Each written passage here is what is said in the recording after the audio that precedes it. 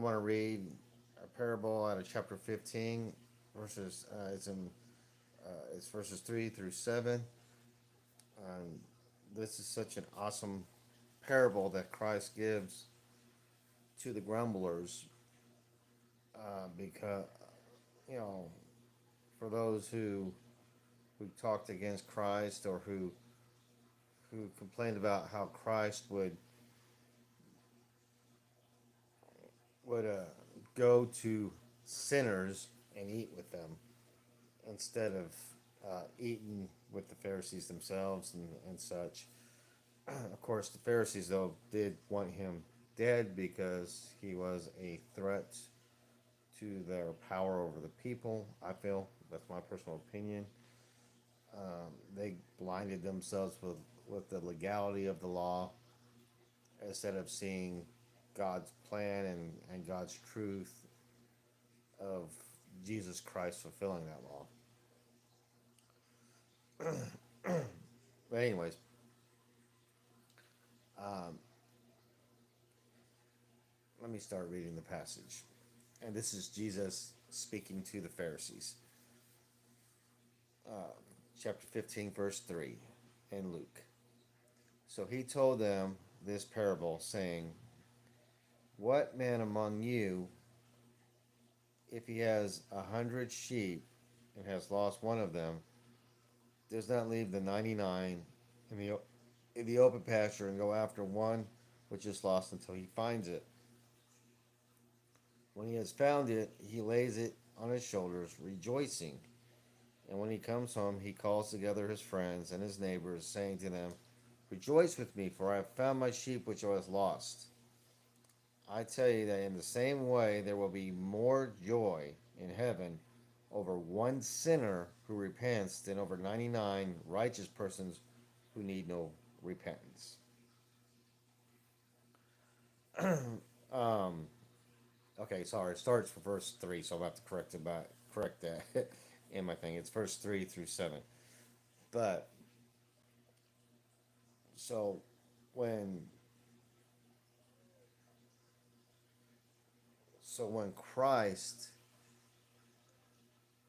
gets a response from somebody who's lost from a lost soul, he is so filled with joy that it causes a great celebration.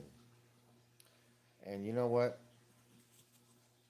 Let's go ahead and further this. I'm going to go ahead and read verses 8 uh, 8 through 10. And this is Christ. He's still speaking, but I think this also fits exactly into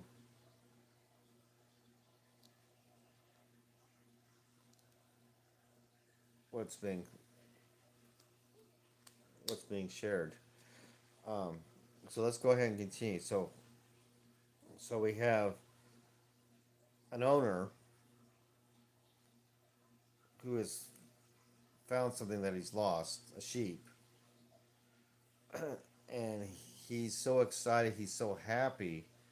He holds on, carries that precious sheep till he gets home, and then he calls all his friends. So when Christ gets a lost soul, he puts that soul in his arms, carries him, and when he gets back, he rejoices so much that he lets it out. And so this is going to go lead into verses 8 through 10, and it's another parable that Christ speaks to the Pharisees. He says, or what woman, if she has 10 silver coins and loses one coin, does not light up a lamp and sweep the house and search carefully until she finds it? When she has found it, she calls together her friends and neighbors, rejoice with me, for I have found the coin which I had lost. In the same way, I tell you, there is joy in the presence of the angels of God over one sinner who repents.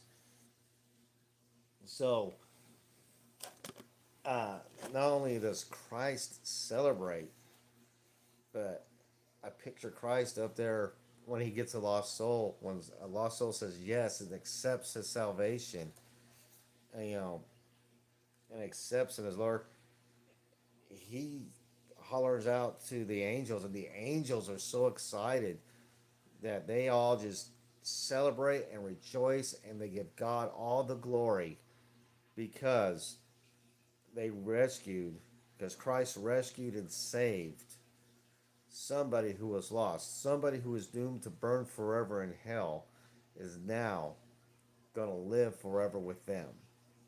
And they give Christ and they give God all the glory for that. And what's even greater is that Christ Himself is leading that party. He's leading that celebration. He's thanking the Father along with the angels for that lost soul who came to Him and said yes to Him. I mean, that's pretty amazing. You know, um, because it's somebody new.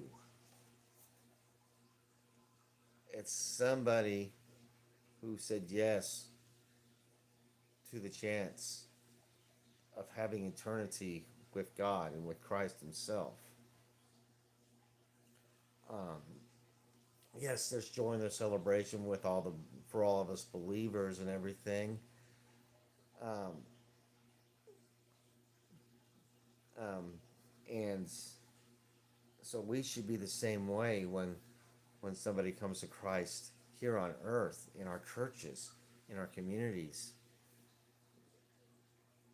We should celebrate and give God and Christ the glory because there's one more person who's going to be in heaven and not in hell. So, with that, I love you guys. You have a blessed day, and we'll see you tomorrow. Bye.